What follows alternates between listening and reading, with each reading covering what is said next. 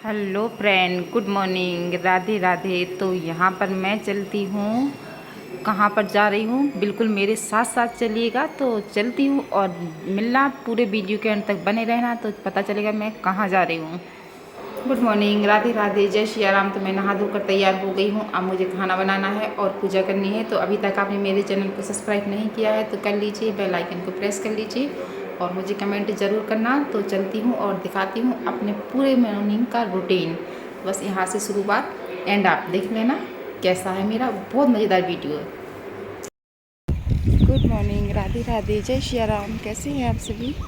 तो अभी हो रहा है सुबह का 5 बज रहे। देखो आपको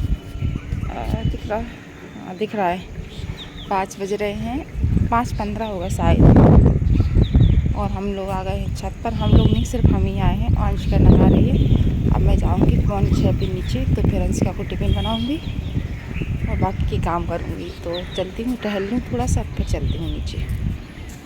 तो यहाँ पर हो गया था सुबह सुबह का टाइम और मैं छत पे से आने के बाद अंशिका को टिफ़िन बनाया और जगा कर नहा धुला कर तैयार करके और अंशिका को भेज दिया है स्कूल। यहाँ पे मेरी मम्मी जी की भी आँख आ गई है। तो मम्मी बाहर धो रही थी, मम्मी बार बार मुझे भी देख रही थी कि मैं क्या कर रही हूँ। तो यहाँ पे मैं नहा धोकर तैयार होकर निकल पड़ी हूँ अपनी मंजिल की ओर। तो देखिए कितना मस्त मौसम है। और मैंने चमचा लगा लिया है, यानी कि मैंने चश्मा लगा लिया है।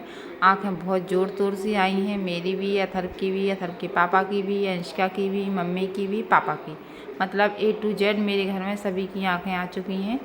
तो मैं, आप देख रहे होंगे कि ट्रेन है और मैं जा रही हूँ। तो यहाँ पे ट्रेन की पटरी है।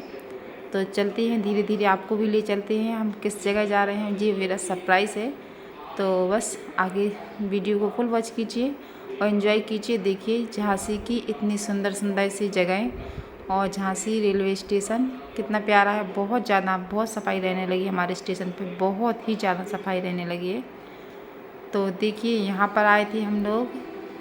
ये आज है नौमी, मतलब आज है बेलपत्री और अधिक मास की नौमी। तो हम आए थे यहाँ पर बेलपत्री के पेड़ के पास पूजा करने और अथर्व को मंदिर में दर्शन कराने। तो मैं मंदिर में तो आई थी पूजा करने के लिए, पर इस मंदिर में बहुत ज़्यादा, मतलब जल चढ़ा के लोग बागों ने गंदा सा कर दिया था। तो मैंने सब साफ़ किया और बहुत अच्छे से साफ़ किया था। और देखिए इस बेलपत्र के नीचे, जिसके घर में बड़े शिवलिंग रखे होंगे ना, तो वो अब इधर पे रख गए हैं, क्योंकि बड़े शिवलिंग घर में नहीं रखे जाते इस वजह से। तो देख लीजिए मैं यहाँ पे आज के दिन इस पेड़ के नीचे बैठ के खाना खाया जाता है। तो बस मैं यहाँ पर घर पर आई थी, तो मैं किचन में खाना वाना वगैरह बना के और मैं जाऊँगी अब दूसरे मंदिर जहाँ पर मैं रोज़ जल चढ़ाने के लिए जाती हूँ वहाँ पर। तो बस आप लोगों को भी लेके चलती हूँ उस वाले मंदिर। और मैंने खाना वगैरह सब बना दिया था, फ्री हो गए थे, घर की पूजा करेंगे इसके बाद वहाँ पे जाएंगे। तो मैं फूल तोड़ रही थी छत पर जाके, क्योंकि मेरे छत पर ये फूल लगे हुए थे। तो मैंने कहा चलो इनको तोड़ लेते हैं और इनको मैं चढ़ाने को ले जाऊंगी मंदिर। तो बस आप भी चलिए पास वाली मंदिर और मैं भी चलती हूँ। और आप लोग कह रहे होंगे आजकल मंदिर की क्यों, तो देखिए मैं अपना रूटीन शेयर करती हूँ तो आपके साथ तो बनता ही है शेयर करना। तो यहाँ पे आंटी जी भी पूजा कर रही थी और मैं भी, तो मैंने झाड़ू वगैरह लगा दी थी मंदिर में और मैं भी पूजा करूँगी। और यहाँ पर देखिए मैं जा रही हूँ स्कूल पढ़ने के लिए। मैं नहीं जा रही, बच्चे जा रहे हैं। और मैं लौट रही थी मंदिर से, तो मंदिर से लौट के आ रही थी तब इस बच्चों की छुट्टी हो गई थी। तो पता, बहुत भीड़ हो रही थी, बहुत भीड़ हो रही थी। तो अथर्व गाड़ी पे आके बैठे हुए थे, तो वो बीच में ने एक दो बार मतलब गाड़ी का हैंडल वगैरह मोड़ दिया। तो पापा ने भी बहुत डांटा था अथर्व के लिए। तो यहाँ पे गाड़ी वगैरह, ये बिल्कुल मेरे घर के पास का ही व्यू है। और ये मतलब तेज़ धूप में मैडम चली जा रही थी पैदल पैदल चलते चलते। और देख लो मेरे घर आने के बाद मेरे बेटे ने इतना अच्छा काम किया है कि कुछ पूछो ही ना। सारे कमरे को फैला दिया, जितने तय करे हुए कपड़े रखे थे उनको भी बिखेर दिया है। और देखिए एप्पल कटे हुए रखे थे, झाड़ू पोंछा हो गया था, लेकिन मेरे बच्चे ने तो सब सत्यानाश कर दिया। तो यहाँ पर किचन अभी इस तरीके से फैली पड़ी है। खाना बन गया था मेरा। आप शाम की खाने की तैयारी करेंगे क्योंकि मम्मी का व्रत है, तो मम्मी को व्रत का वाला खाना बनाना है। तो वो वाला खाना देखो मैं आ गई थी बनाने के लिए, क्योंकि आज मम्मी का व्रत था। तो मम्मी तो बस अलग खाना खाती ना, इसलिए। तो यहाँ पे मैं मम्मी को सब्ज़ी छौंक रही थी, तो हींग, जीरा और बस थोड़ा सा कश्मीरी मिर्ची यही डाल के मैं सब्ज़ी छौंकूँगी मम्मी के लिए। और मम्मी भी बिल्कुल मेरी साथ साथ परछाई बन के चलती हैं। तो देखो मम्मी भी आ गई मेरी मदद कराने के लिए। मम्मी कुछ कर रही थी, हाँ मम्मी की कुछ रामायण वगैरह पढ़ रही थी, शायद सुंदरकांड पढ़ रही थी।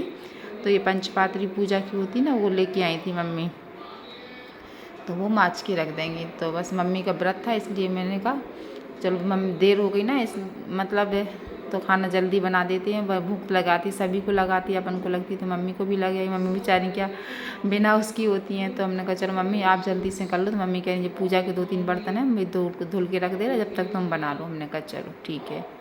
तो बस मम्मी बर्तन धो रही हैं, जब तक हम बना लेंगे खाना। तो मम्मी खा लेंगे खाना, हम गरम गरम सेक देंगे।